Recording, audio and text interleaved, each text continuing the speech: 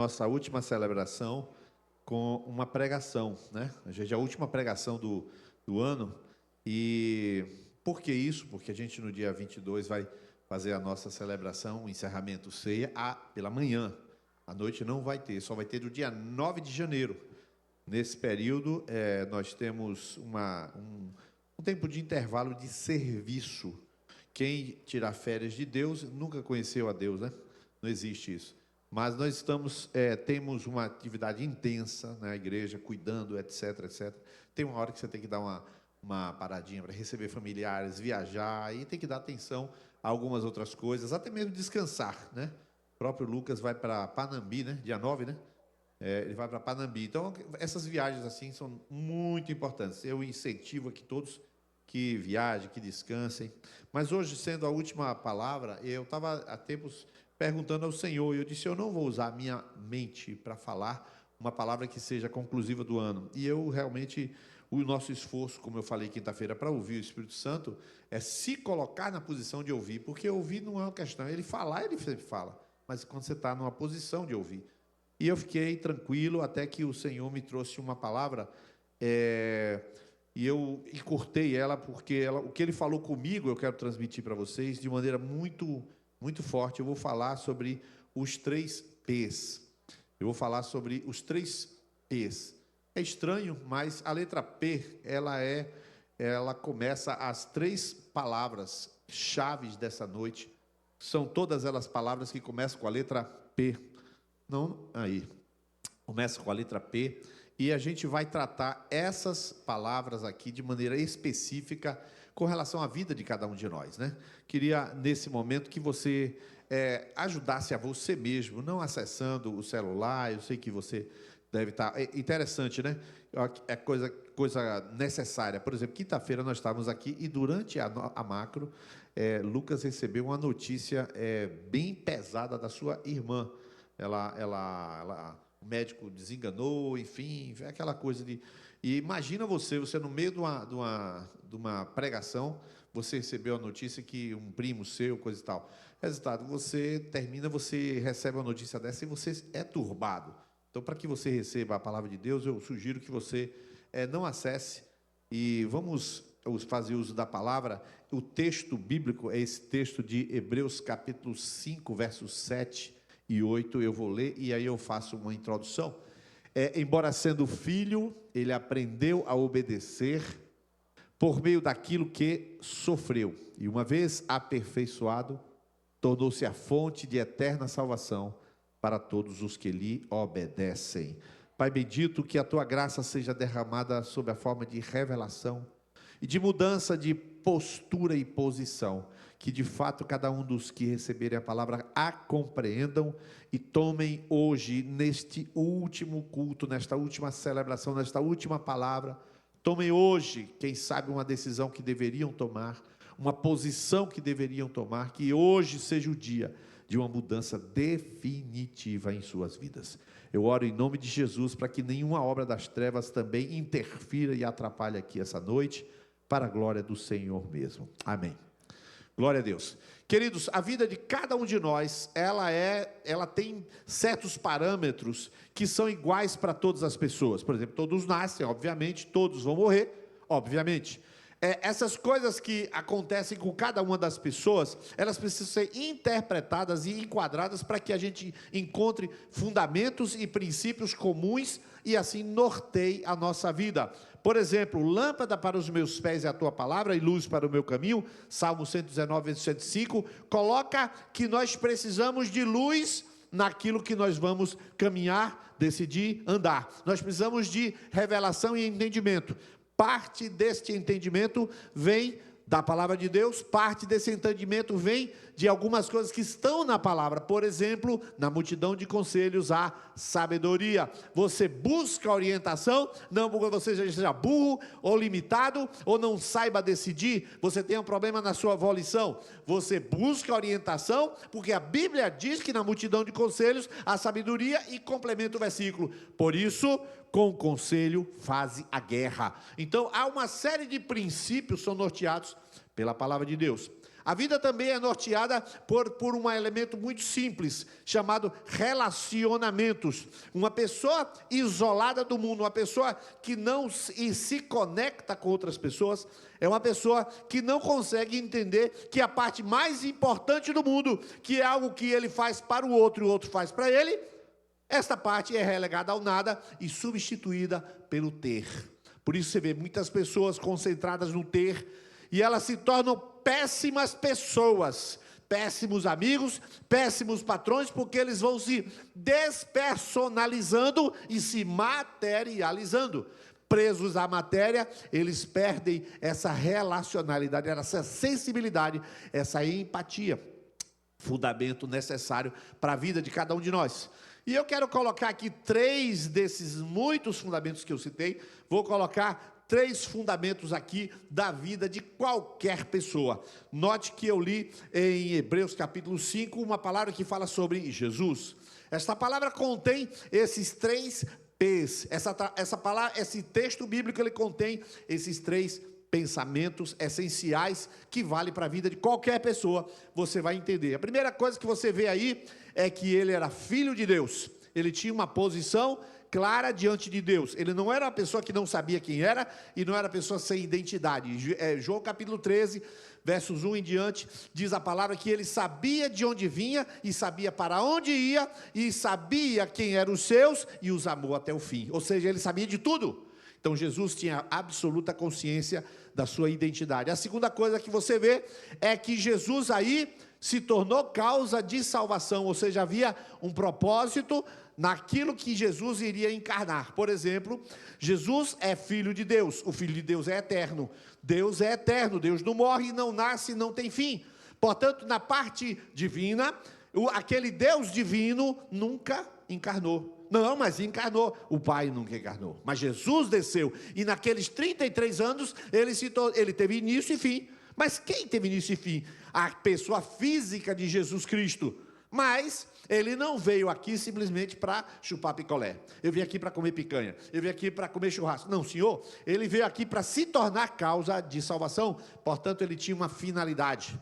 E no meio desse processo da posição dele e do propósito dele, você encontra o quê? Ainda que era filho, aprendeu a obedecer. E você vem logo perguntar, então ele era desobediente?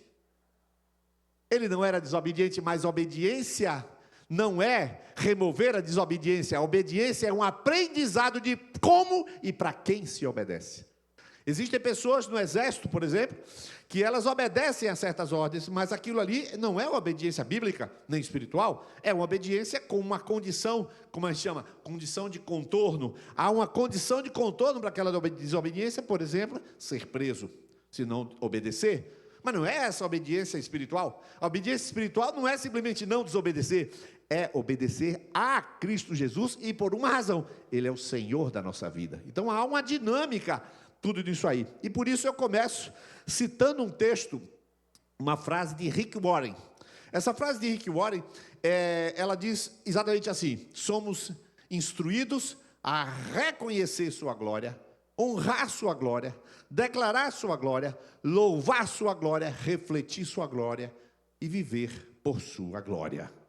Isto está escrito no livro Uma Vida com Propósito, que é um dos 5 livros que a gente recomenda que as pessoas leiam. Eu não posso recomendar 50 livros, porque se for 50 livros, quem vai se converter? Ninguém, né? Se não ler os 50, não vai para o céu. Não existe isso. Os 5 livros são o básico de uma formação de uma mentalidade.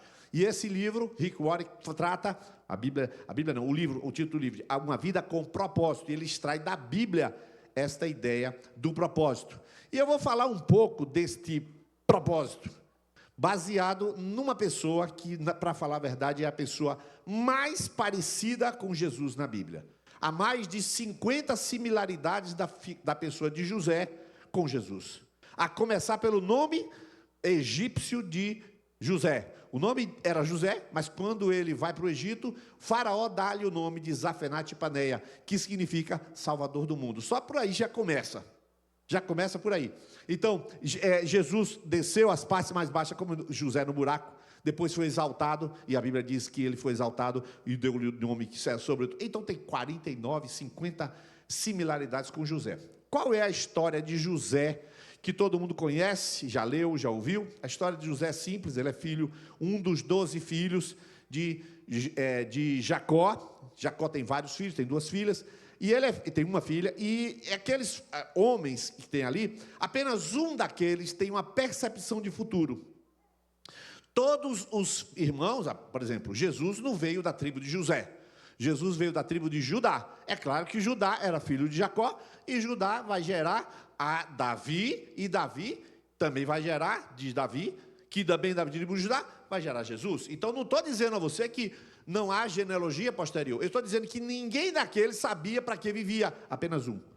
Aquele menino, bem cedo, diz a história que era com 17 anos, mas botar um pouquinho para trás, ele logo cedo começa a ter sonhos. Os sonhos dele são: eu vi as estrelas se curvando perante mim, eu vi tantos, molhos de trigo se curvando perante mim, e ele conta aqueles sonhos, e é muito claro o significado. Qual é?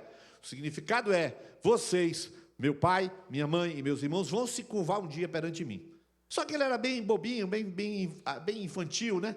E ele contou aquele sonho, e evidentemente que os irmãos ficaram indignados. Mas tem um detalhe na história: José era filho da preferida de Jacó, que nem devia ter preferida, mas ele tinha 2 esposas e preferia a Raquel, e ele era filho de Raquel. E o que ele fez? Ele demonstrou essa preferência por José e deu-lhe uma túnica colorida. Então, além de aquele filho ser preferido, ainda era tratado e vestido como preferido. E você sabe que depois de um tempo, José, os irmãos armam um esquema para ele, ele vai chegando e, perto deles, eles vão matá-lo. Não vai matar, não vai matar. Rubem interfere e joga ele em uma cova, um buraco, e vendem para uma caravana de ismaelitas que estava passando, e eles vão ao Egito e vendem José para alguém. E esse alguém é um general, é um comandante do exército, Potifar, um homem importante na corte, um homem do exército. Mas só que nessa história que eu estou contando e simplificando, tem um texto bíblico que cita, e eu não vou falar porque eu estou citando a Bíblia, eu estou usando os temas principais.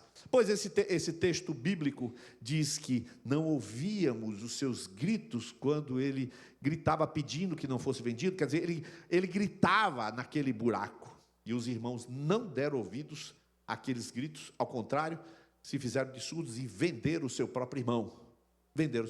Daí você lembra de Judas, que vendeu, né? Aí você vai sempre lembrar de alguma coisa. Mas o que você começa a perceber? Se a gente lê eu vou ler aqui para vocês, em Gênesis 50, será possível vocês colocarem na tela Gênesis 50, verso 19 a 21? A história ela vai seguir, e o texto de Gênesis capítulo 50, eles vão colocar na tela, Gênesis 50, versos 19 a 21, você vai ver o que essa história, como essa história termina. Você já sabe da história. José vai para o Egito, lá ele para na cadeia, e da cadeia ele chega chamado por Faraó, e ele assume o governo do Egito e resolve o problema da fome.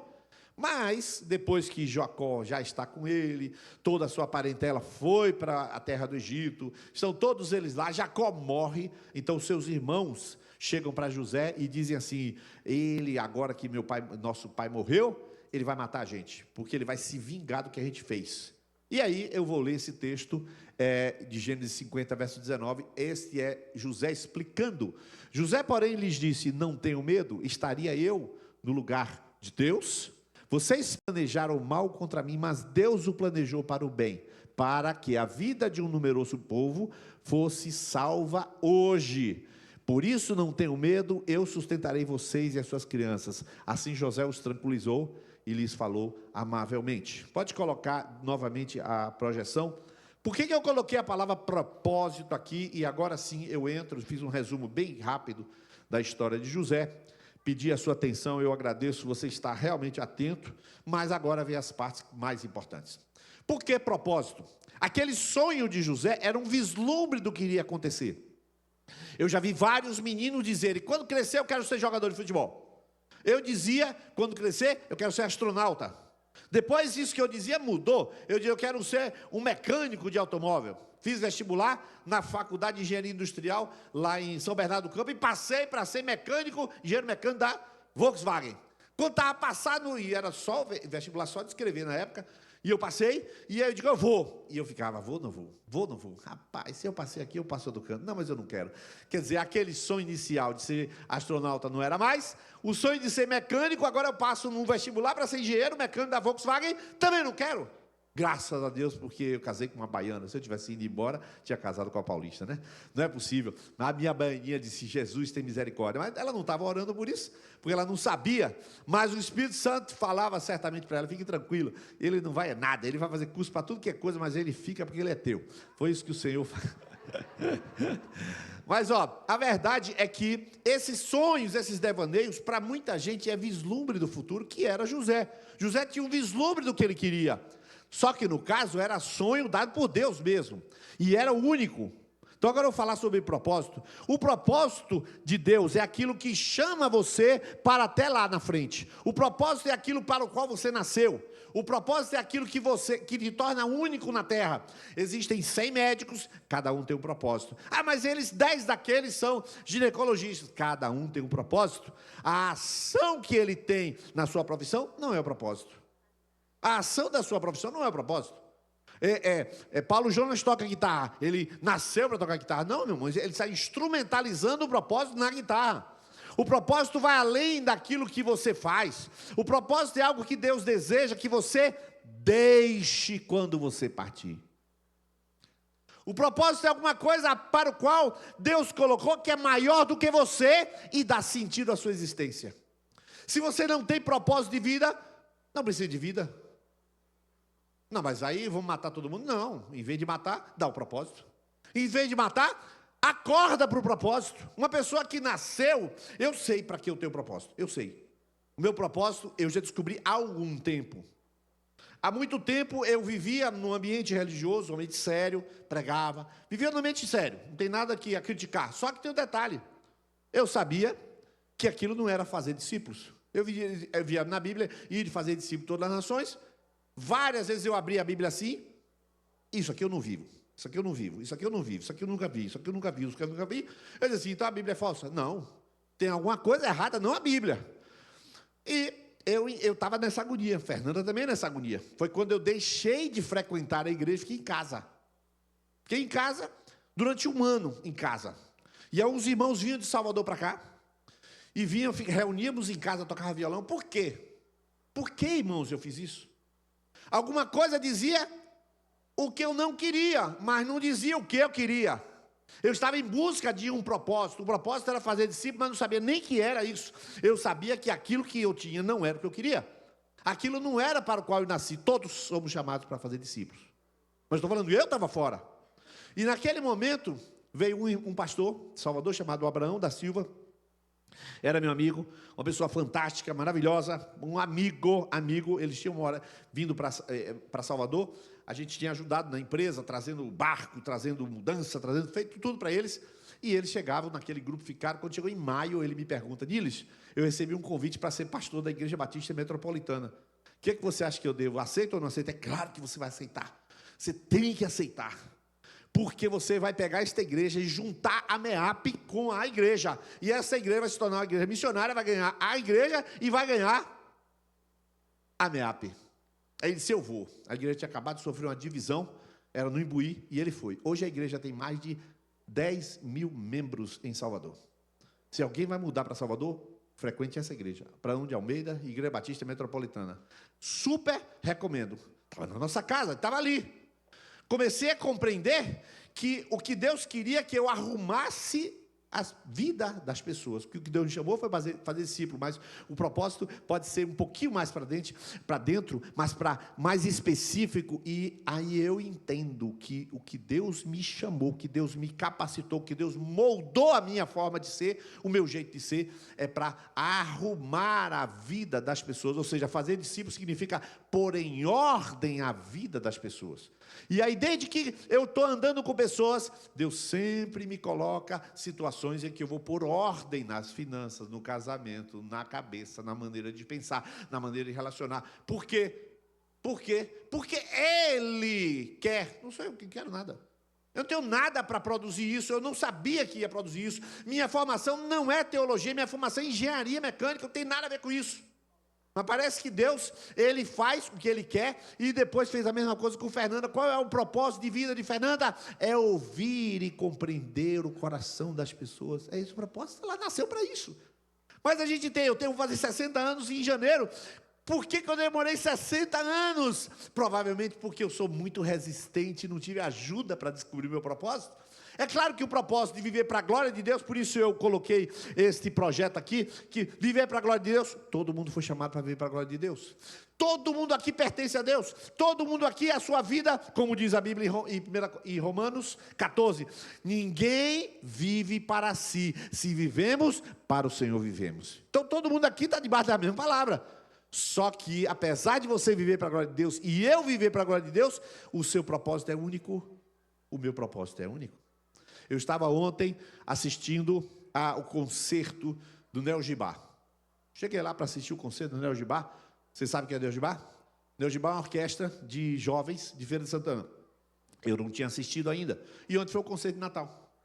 E eu fui lá no Teatro do SESI, tinha uns 100 rapazes, moças, meninos. Devia ter, a média de idade deve ser uns 18 anos, 17, 16 anos. Meninos. Violino, viola, violoncelo, contrabaixo, oboé, fagode. Eu fiquei assim. Depois, uma segunda música que tocaram, Finlândia de Sibelius, a origem da minha família, toda de Finlândia. Eu não acreditei naquele negócio. E quem estava regendo a orquestra? Quem foi que está regendo a orquestra? Fique de pé. O maestro, se está presente aqui, deve estar pelo lado de cá. Se o maestro der pelo lado de cá, está pelo lado de cá o maestro. O maestro que estava regendo, onde é que está? Onde é que está? Pelo lado de cá. Fica de pé, maestro, por favor. Irmãos, preste atenção. Isso que eu estou falando com ele, eu não pedi autorização a ele. Ele confia em mim, eu confio nele. Mas veja só, por que ele saiu da Venezuela? Porque Maduro e Chaves, isso foi o meio. O meio. Mas ele chegou em Feira de Santana, e ele entrou na Neo Gibá e está lá regendo a orquestra. Eu estava assim, eu ficaria a tarde toda ouvindo esse camarada, a turma lá cantando. Coisa linda! O propósito de Carlos Blanco, você pode sentar, essa semana ele conversou comigo lá em casa. Ele vai descobrir o propósito de vida dele, está perto. Essa semana uma pessoa me disse assim, está presente aqui, essa pessoa falou assim, na minha vida tem uma página em branco. E eu quero saber o que é. Eu falei assim, você só vai descobrir quando ela está preenchida. Você vai andando, e vai andando. Quando você olha a página em branco, rapaz, era isso para o que eu nasci. Irmãos, é impossível você dizer que Cláudio e Vanessa não nasceram para cuidar de jovens e adolescentes. É impossível. Eles podem querer ser teólogo, irmãos, eles já tentou fazer hebraico, não deu certo, já tentou fazer teologia, não deu certo. Eles tentou fazer um monte de curso de teologia, não vai dar certo. Mas se ele disser, eu vou fazer um curso de capoeira para adolescente, vai dar certo. Com essa barriga vai dar certo. Por quê, meus irmãos? Porque o propósito, ele dá energia, ele puxa você. Então entenda, apesar de que o propósito de todos é viver para a glória de Deus, mas o ponto de chegada de cada um é diferente. O ponto de chegada é específico, portanto você, por mais que vá viver para a glória de Deus, você é único, meu irmão. Você é único, minha irmã. Aquilo que você vai viver, vai chegar num ponto de destino, o Senhor vai ser glorificado, se você alcançar o propósito para o qual Deus tem para a sua vida. Você vê que José não sabia claramente. Quando a história termina, o pai morre, ele resolve o problema do Egito, aí ele diz, Deus me enviou na frente de vós para salvar toda essa multidão. E aí imagina, ele podia dizer assim, e ele não falou, eu estou aqui para salvar a linhagem do Messias. Ele podia ter dito isso, mas ele não precisa saber disso. Por exemplo, vai ter um dia que eu vou morrer. Depois que eu morrer, vai ser compreendidas as coisas que Deus usou para eu fazer. Porque o propósito, eu sei, posso saber o propósito da minha vida, mas o propósito após a minha vida, eu não sei, não preciso saber, como José não sabia. Ele estava salvando Judá, de quem viria a descendência de Jesus. Olha que coisa tremenda. Então, primeira coisa que eu digo a você, terminou o ano, você sabe o propósito da sua vida? Você sabe para o qual você existe, o que Deus quer de você? Você sabe o que é? A maioria aqui não sabe, mas está buscando saber? Aquilo que está ao seu alcance tem sintonia com o propósito de Deus? Tem sintonia? Então você não pode virar o ano sem dizer: Senhor, me ajude a entender o propósito. Dias atrás eu estava conversando com o Rafael, pastor dessa comunidade, em São José dos Campos, e ele disse: Niles, eu estou lendo o livro Uma Vida com Propósito. Ah, por que está lendo? Porque eu leio também. Eu não quero perder o afinamento com aquilo que Deus tem para mim, lá no meu ponto de chegada. Eu encerro essa parte do propósito dizendo: vocês vão ver o que Deus vai fazer com o Carlos Blanco e com a Oriela, com respeito ao que nós vimos de música. Se você não sabe, ela estudou canto, você sabe disso, ela é cantora profissional, e ela estudou na escola de Marcos Witt. Sim, ela estudou na escola canção, era professora. E por que não, até agora não se revelou? Aguarde cena dos próximos capítulos desse casal. Propósito é o primeiro P. Aí você encontra uma frase de Cleontes, que é um estoico, que ele diz o seguinte, tem várias frases semelhantes, mas essa diz: os destinos guiam quem os aceita, mas arrasta quem a eles resiste. É claro que ele está falando de destino, mas você pode dizer o propósito também, né? Você faz uma adaptação, porém, nós estamos falando de processo. Em Gênesis 40, verso 12 e 15, quando José tem um sonho, quando o padeiro e o copeiro têm um sonho na prisão, não precisa nem colocar essa passagem, tá? Colocou a de 50, essa aqui eu vou acelerar. Quando ele colocou aquele sonho, ele estava na prisão, tem um copeiro e o padeiro tiveram um sonho, e colocaram o sonho para ele, ele interpretou. É o seguinte: isso significa que você vai ser restituído à presença de Faraó. E o seu sonho, você vai morrer. Misericórdia, não tem jeito. O sonho era aquilo. Passados 3 dias, o copeiro mor morreu e o padeiro mor o padeiro mor morreu e o copeiro foi restituído à presença de Faraó para dar o vinho, entregar o vinho para Faraó. Porém, José falou: quando vocês chegarem lá, não se esqueçam de mim. Eu te pergunto, esqueceram de José? Esqueceram. Meu irmão, Deus tem um propósito para você. Porém, o processo que Deus vai trabalhar em você é para te capacitar para o teu propósito. E este processo você não vai controlar, não vai saber nem os caminhos, nem os atalhos, e não vai saber nada do tempo desse processo, e também não vai controlar a dor desse processo. Os processos nas nossas vidas são inevitáveis e incontroláveis. Você está, neste momento aqui, em um processo. Coloquei aquela figura ali, você já sabe o que é, não preciso explicar. Aquela figura do processo de transformação de uma borboleta. Começa de um jeito, termina de outro. O processo significa, muitas vezes o que Deus tem que arrancar são coisas que você não quer que arranque, você acha que é bom. Só que não é bom para o propósito. Por exemplo, o propósito exige uma pessoa humilde. E você é humilde? O propósito exige que você seja paciente. E você é paciente? O propósito exige que você seja uma pessoa tolerante, compreensiva, empática. Vamos imaginar que daqui saia o próximo prefeito de Feira de Santana. Vamos imaginar, né? Imaginar. Fernanda disse amém, mas imaginar. Deixa eu te falar, o que esse prefeito precisa? De um caráter irretocável, de uma fibra, uma capacidade de enfrentamento, mas de uma flexibilidade, de uma relacionalidade que esse cara não vai encontrar isso em loja nenhuma. Vai ter que ser formado. Ele vai ter que ver o jacaré, a cobra e o escorpião, conversar com os 3, não ser picado por nenhum dos 3 e mordido, e quando termina aquilo, ele já sei quem era a cobra, quem era o escorpião, quem era o jacaré, e está tudo certo, está tudo bem. Ou seja, ele vai ter que ter a capacidade. Como é que essa capacidade chega? Fala para mim, lê no livro? Mas tá. Qual livro? Ah, é fazer um curso? Qual curso? Ou seja, há um processo de Deus na sua vida para alcançar o propósito, e esse processo você não controla. Você só tem um jeito: se tornar aliado do Deus que faz o processo. Se você resiste a esse processo, e se esse ano de 2024 você resistiu ao que Deus queria fazer, irmãos, deixa eu falar um exemplo. Tem pessoas que pedem oração sobre endividamento, sobre situações financeiras que eles se envolveram. Aí pede oração para Deus fazer um milagre. Por sinal, é direto, irmãos. É direto. Deus tem, eu recebo direto. Agora, a maioria dos testemunhos não dá para falar. Ou a pessoa fala, ou nem pode falar, porque envolve terceiro, então não dá para falar. Mas é direto, um monte de testemunho de área financeira. Agora mesmo, essa semana, não, deixa para lá. Deixa para lá. É muito testemunho. Pois bem, o que é que acontece? Esqueceu de um detalhe. Por que a pessoa entrou naquele buraco?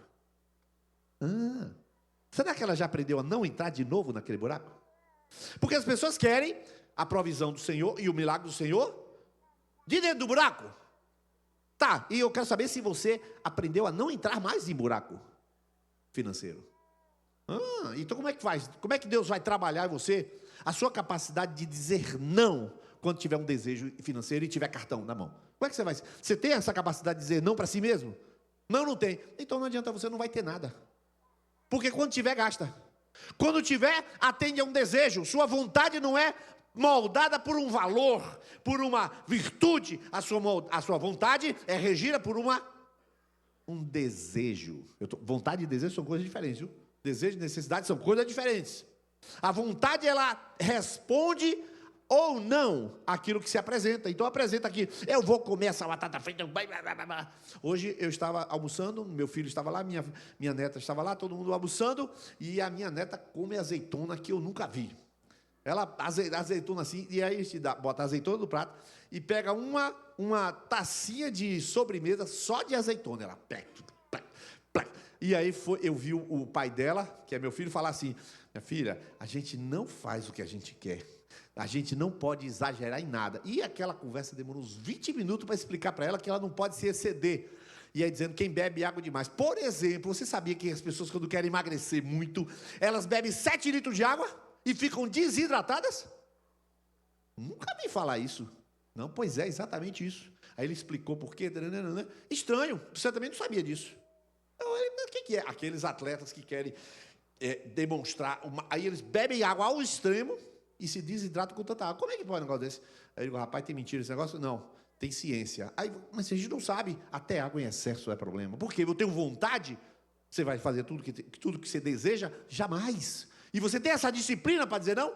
Não tem. Então um processo acontece na sua vida para você aprender a valorizar as pessoas, valorizar os pais, valorizar os amigos, valorizar o tempo, valorizar o recurso, valorizar. Rapaz, é uma série de estruturações que Deus quer fazer com você.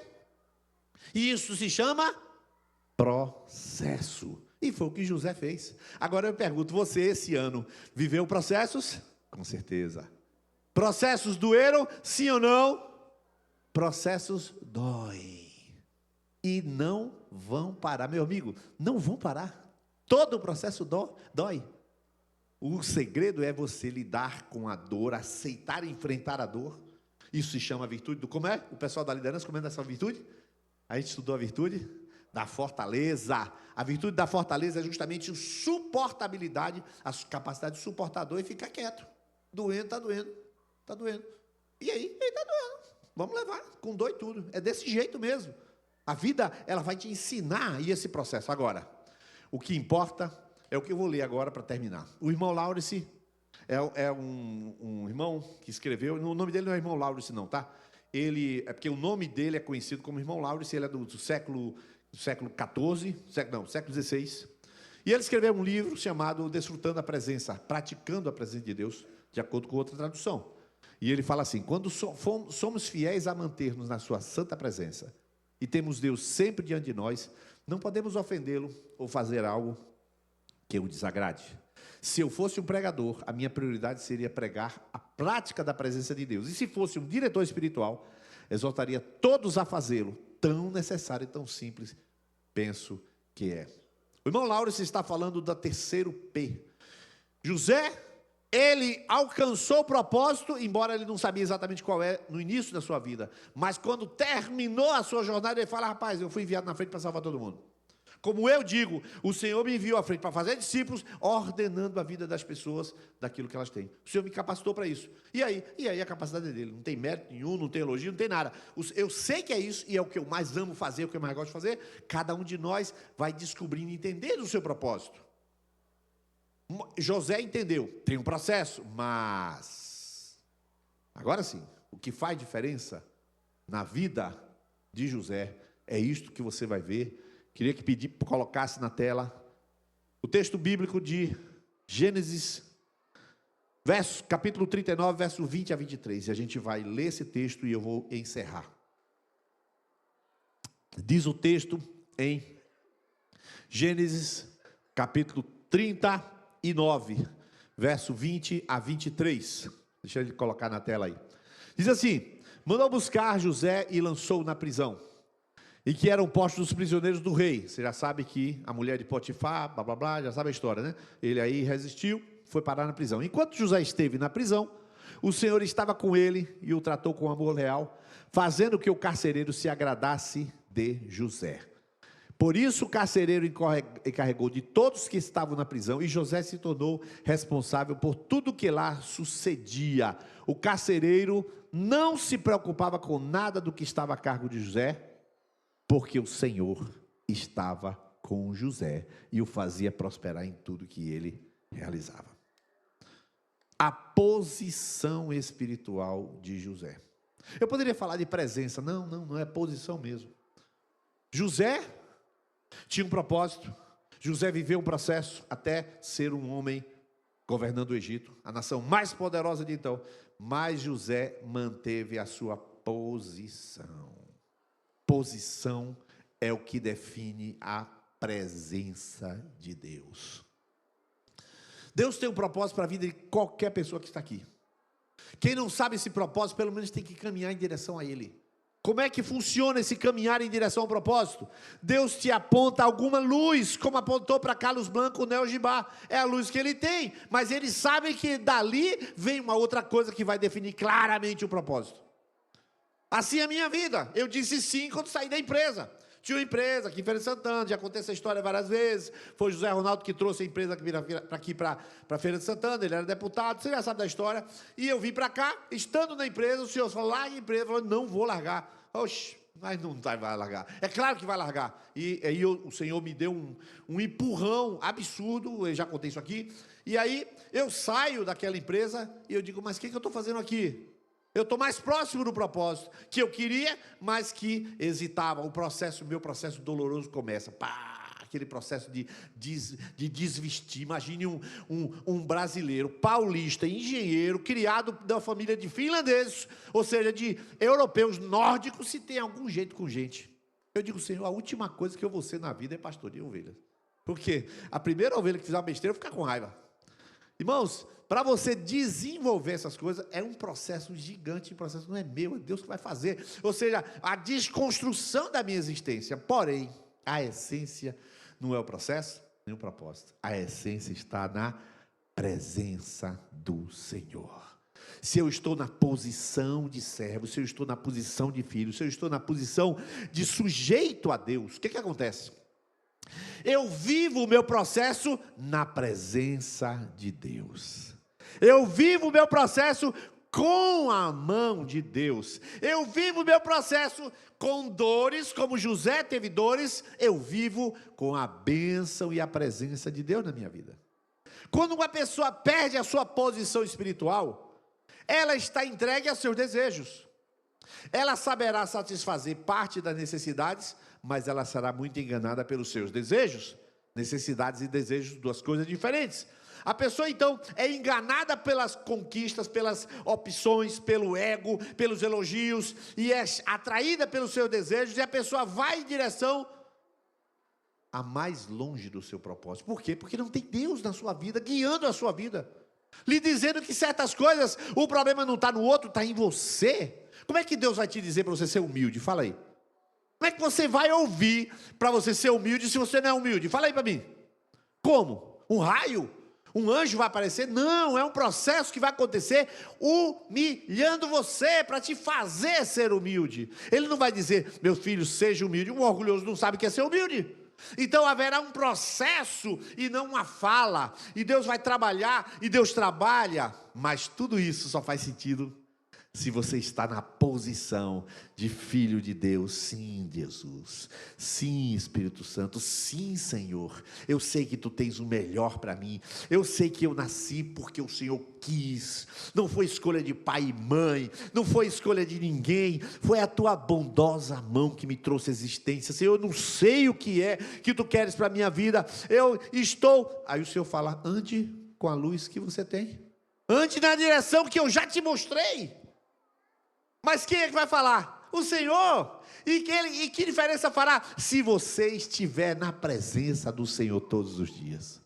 Por esta razão, uma pessoa que não está na posição correta, ela está governando a sua vida, essa pessoa é absolutamente vulnerável.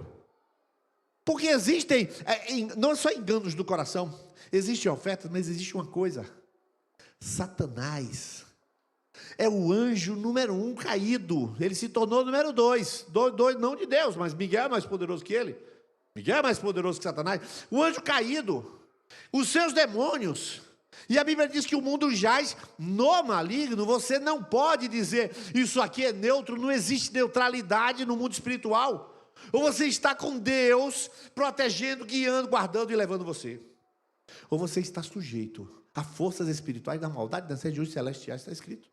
Não se trata de razão, se trata de energia cósmica. Se você acha que não, a palavra grega para operar é energel. Energel no grego. O espírito que opera significa o espírito que energiza os filhos da desobediência. Há uma energia mesmo. Há uma energia espiritual. Você chega num determinado ambiente espiritual, o ambiente está pesado. O que é aquilo? Energia. Energia. Não precisa explicar isso em termos quânticos, nada disso, apenas vá para o grego, você descobre isso. Existe uma pressão espiritual sobre aqueles que não estão na posição certa. Qualquer pessoa que estivesse aqui raciocinaria assim, rapaz, José, eu vou transar com essa mulher? Não vou transar. Rapaz, o cara vai me pegar transando com ela, mas rapaz, ele nunca está em casa. E o cara começa a pensar, ele nunca está em casa, não, mas rapaz, e se eu vou ser preso? Mas como é que eu vou dizer não para a mulher que eu vou ser preso? Não, rapaz, não dá. E ele fica raciocinando.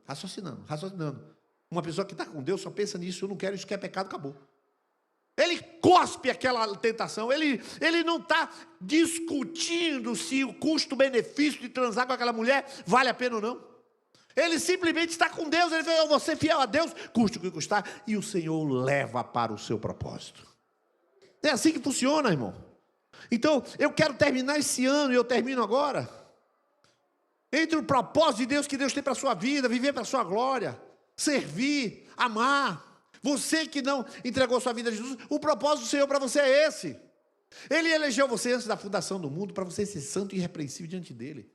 Se você não sabe, fica sabendo agora. E lhe predestinou para ser adotado como filho de Deus essa noite aqui. Eu não estou sabendo, está sabendo agora. Você vai ser filho de Deus. Simples assim. Ele predestinou antes de você nascer, mas não é antes de você, antes de Adão existir, ele já predestinou você para ser filho de adoção por ele. Na hora que você se torna filho, começa um processo para alcançar o propósito, mas você tem que estar na posição correta. Então eu quero encerrar convidando a você, incitando a você, instilando a você, pedindo a você, como diz a palavra, rogo-vos, pois irmãos, encarecidamente, que você não termine este ano na posição errada. Que você não termine esse ano na posição errada. A posição certa é sujeito completamente a Deus. A posição é a posição de José. Vou para o buraco a primeira vez, vou para a cadeia a segunda vez, sou esquecido a terceira vez, mas de Deus eu não abro mão. É uma posição. Ele não sabe onde ele vai parar, irmãos. Ele tem um vislumbre, quem sabe ele diga assim, aquele sonho nunca mais vai realizar. Ele pode ter esquecido do sonho, mas Deus não esquece do propósito. Você pode ter esquecido de alguma coisa que o Senhor orou. Irmãos, eu descobri que o Senhor me escolheu para pastorear, mas eu descobri que quando eu escrevi o primeiro livro, Eu já era pastor quando minha mãe foi lá na videira, lá na Maria Quitéria, na casinha, e ela contou a história de quando era pequena. Eu já contei essa história aqui. E lá ela contou a história de que se o Senhor vier um homem, ele vai ser teu servo. Aí eu nasço, vivo, consagro, leio Bíblia, dou aula de teologia, mudo para a Feira de Santana, eu escrevo um livro, minha mãe chega e você desde sempre eu sabia que tu era pastor, por que não me falou? Não precisa falar, o Senhor me levou aquilo que Ele queria. Observe como são as coisas. O Senhor vai te levar. O Senhor escolheu você. Você não entrou aqui. Tanta igreja em Feira de Santana, tantos amigos em Feira de Santana, e justamente esse amigo que te convidou para tu estar aqui. Justamente o envolvimento teu com o Joário, justamente o envolvimento teu com um líder da igreja, justamente alguma coisa que foi. Essa semana teve uma pessoa que falou assim, eu achei super divertido, eu gostei demais dele ter falado isso. Reunião aqui, a gente conversando, aí ele falou assim, primeira vez que eu cheguei aqui na videira, eu disse, eu estou passando um pouco do horário, estou tranquilo, viu? Porque hoje é a última pregação, vou terminar agora. Mas ele disse assim, eu cheguei na videira, isso aqui é uma seita. É tão diferente, isso aqui é uma seita. Eu morri de rir. Eu achei maravilhoso. Falei, mas depois eu fui conviver, e ele conviver com a turma aqui, falei, rapaz, isso não é seita não, é Bíblia pura. Rapaz, não é que isso aqui é evangelho puro? Mas eu adorei que ele falou, é uma seita. Ou seja, a gente ama, a gente é livre, a gente dá folga de final de ano, irmão. É uma heresia um negócio desse. As guerras tudo virando o ano lá e eu vou dormir no final do ano, porque eu não ia a primeira viagem. Isso é um absurdo um negócio desse, irmão. Vá na igreja central, pronto. Vai lá, dobra o seu joelho na igreja central. Está uma benção aquele pastor Jadson. Está tudo certo. O que eu quero dizer, não é um monte de heresia, é um monte de seita. Meu irmão, aí é que está a história. O que aparenta, você não entrou aqui nessa seita, não é uma seita? Pois é aqui que Deus te trouxe, porque Deus quer falar contigo. Pois aqui nessa seita, Deus parou assim, meu filho, eu amo você, aqui tu sabe que você foi visto, foi olhado, foi achado, você é amado, você é amada, você nasceu para ser meu filho, para ser minha filha. O Senhor fala com você assim, você nasceu para isso, e eu vou colocar você no propósito, eu vou alinhar você, não chore de dor, porque todo mundo aqui chora. Então não adianta se chorar, e se chorar está em boa companhia, todo mundo aqui chora. Dói para todo mundo aqui. Né, Margot? Irmãos, tem histórias e histórias poderosas. Toda história tem dor. Não tem, Eri? Não dói? Dói, meu irmão. Tudo dói. Mas eu sei uma coisa. Eri está mais próximo do propósito. Margot está mais próximo do propósito. Eu estou mais próximo do propósito. Cada um está. Aninha, meu Deus do céu. Que coisa mais linda. Não vou pedir para você ficar de pé, fique tranquila. Mas a Aninha cresceu na reunião de líderes, meu irmão, já se batizou. Eu estou vindo aí de galera, andando de galera. Chega aqui no final do nosso convite aqui, ela na frente com as meninas. Eu falei, rapaz, essa menina é linda demais. Menina linda, coração lindo, cresceu no Senhor, do Juade. Olha a propósito se realizando. E ela dando passo. Não aceita, né? Não aceita? Ela aceitou, deu vontade de Deus e está indo. Mas doeu para ela? Pergunte se não doeu. Dói para todo mundo, irmão, até para ela dói. O Senhor está te chamando essa noite para você não virar esse ano fora da vontade de Deus. Você não pode virar esse ano fora da sua posição. A sua posição é rendido, meu irmão. Mas esse pastor é maluco, irmão. Eu já preguei. Uma vez eu fui pregar na igreja de São José dos Campos e eu rasguei a Bíblia. Você já conhece a história, né? Eu rasguei a Bíblia. Pois essa semana, o pastor, aquela pessoa que foi escandalizada com eu rasgar a Bíblia, não foi Bíblia não, foi um livro parecido com Bíblia, enganei os irmãos, mas eu rasguei, o irmão que estava lá foi tão impactado que veio à frente e dobrou o joelho. Hoje ele é pastor da igreja da Batista, da igreja da cidade, em São José dos Campos, e ele está trabalhando com Rodrigo e Jéssica para abrir a igreja da cidade em Salvador. Esse camarada, olha os caminhos de Deus, irmãos. E aquele camarada, quando eu rasguei a Bíblia, ele... Então o pastor doido aqui está terminando o ano dizendo assim, meu querido, você vai terminar este ano fora da vontade de Deus? Fora do propósito? Fora da posição certa? Não tem condição. Tu tem que terminar esse ano rendido como eu estou aqui. Rendido no coração. Se você tem dificuldade de joelho, fique em pé, mas aqui dentro você está de joelho. Não tem problema, eu estou com problema de joelho, mas você lá dentro, você está rendido. Então eu queria que você ficasse de pé. Essa é a última oportunidade desse ano para você dizer: eu quero estar na posição certa. Agora, não existe julgamento sobre isso. É a última coisa que eu vou falar. E a gente vai encerrar. Não existe julgamento sobre isso, sabia? Há muitos lugares que as pessoas ficam reparando os outros. Eu posso te garantir que aqui quem repara os outros fica para trás. Por quê? Como diz, a banda toca, né? O trem passa. Eu estou atrás do meu. Eu estou atrás de me alinhar.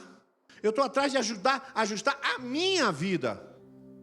Só que o outro do teu lado também está com a mesma ideia. Eu quero ajustar, eu quero alinhar. Então quem quer, se joga. Irmãos, é assim que funciona. Quem quer, se joga. Então, você hoje pode começar a entender o propósito. Você hoje vai entrar num processo que vai doer. Qualquer processo dói. O pior processo é aquele que você faz de conta que não existe. Quando chega na sepultura, descobre que deveria ter dito sim para Deus. Aí já foi, não tem mais tempo. Não tem mais tempo, esse é o pior processo. Pagar todo de vez no inferno. Não é assim que Deus quer para você. Então hoje é dia de ajustar a sua posição diante de Deus. Não sei que música a banda vai tocar, mas é a última vez nesse ano que você vai alinhar a sua vida ao Senhor. Porque domingo que vem é ceia do Senhor, café da manhã e encerramento. Não vai ter nada disso aqui, pregação nem nada. Mas essa noite, pode tocar, pode cantar. Eu nem sei que música é. Pode cantar.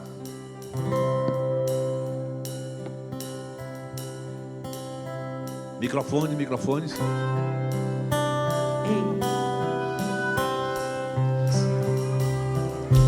Toma-me, rendido estou. Você só vai vir à frente se você quiser alinhar a sua vida mesmo. É render mesmo, é fazer como eu fiz. Você sabe o que Deus está chamando, então você vem. Você sabe, não é eu sei o meu, você sabe o seu. Vem limpar as minhas mãos, vem purificar meu coração. Hoje você sai daqui na posição certa. Tudo que tu tens pra mim.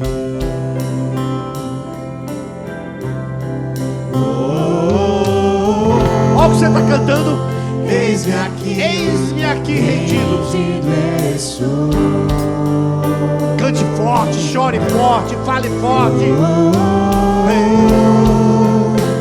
Eu sou teu e tu és meu, Jesus.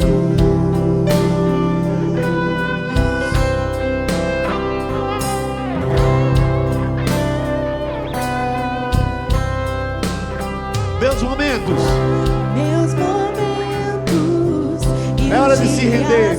Você que está aqui à frente, ora, Deus, eu quero consertar minha vida, eu quero colocar meu coração, eu quero estar na posição certa, eu tenho me negado, eu tenho feito muito a minha vontade, eu faço as coisas muito do meu jeito, agora vai ser do teu, meu Deus. Eis-me aqui, rendido estou.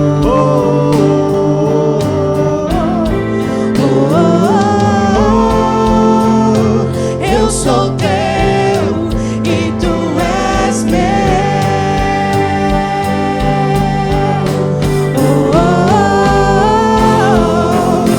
Eis-me aqui, rendido estou.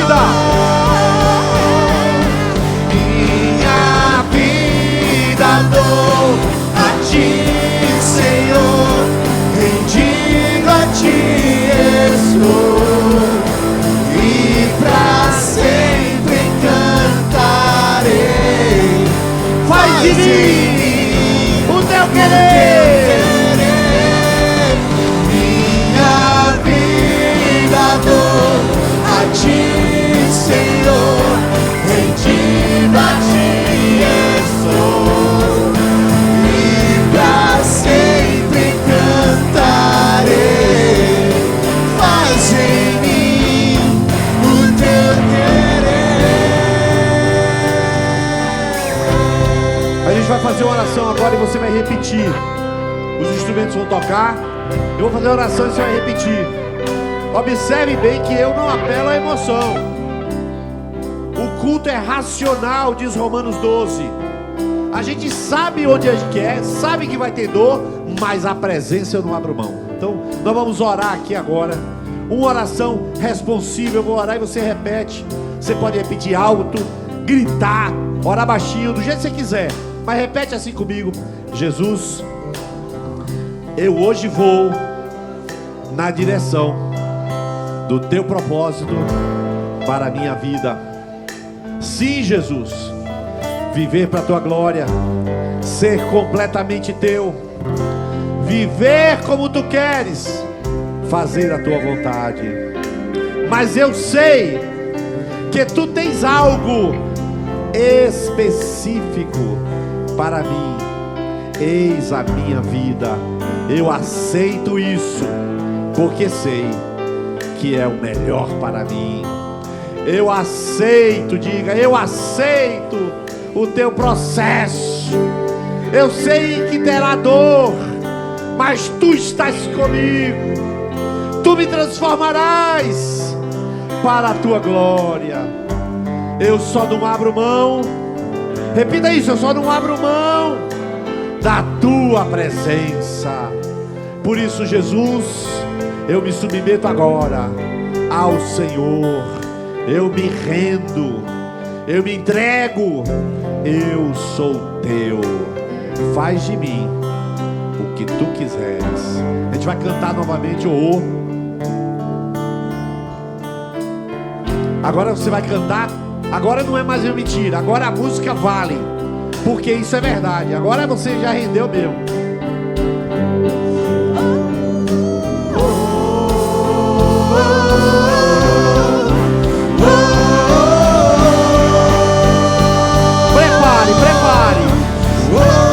Se prepare para cantar de verdade. Olha agora, fale verdade.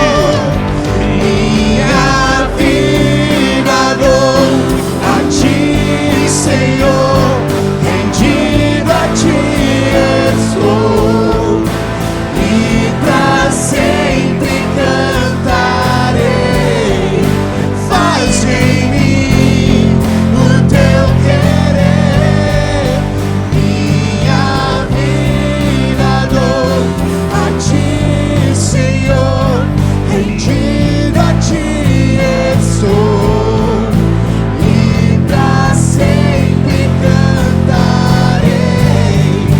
Faz em mim o teu querer.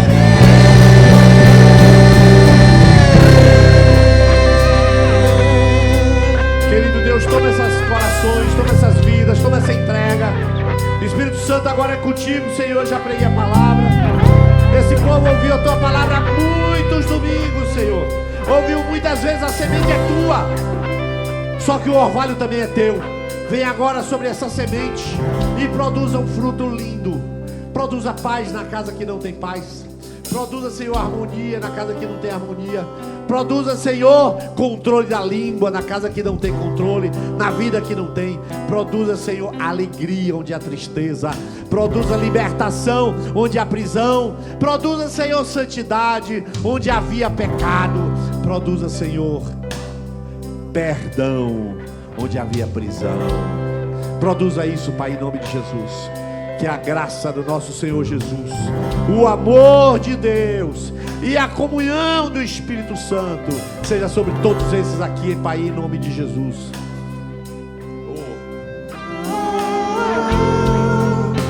Eis-me aqui, rendido estou.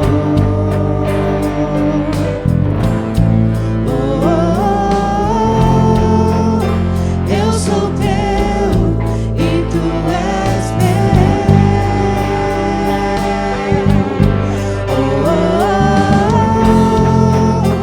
Eis-me aqui, rendido.